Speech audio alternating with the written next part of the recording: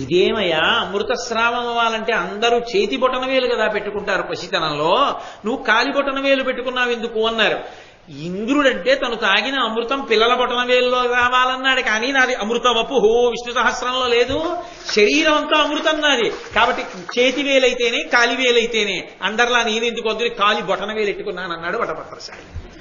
కాబట్టి అందుకని లీలాకృష్ణుడు కరారవిందేన పదారవిందం ముఖారవిందే వినివేశయంతం వటస్య పత్రస్య పుటేశయానం బాలం ముకుందం మనసాస్మరామి అన్నాడు.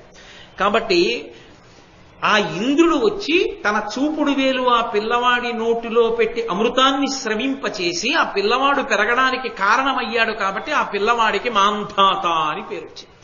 ఇప్పుడు ఈ పిల్లవాడు కారణజన్ముడు, కారణజన్ముడైన కారణం చేత ఆయన చిన్నతనంలో కూర్చుని ధ్యానం చేశాడు.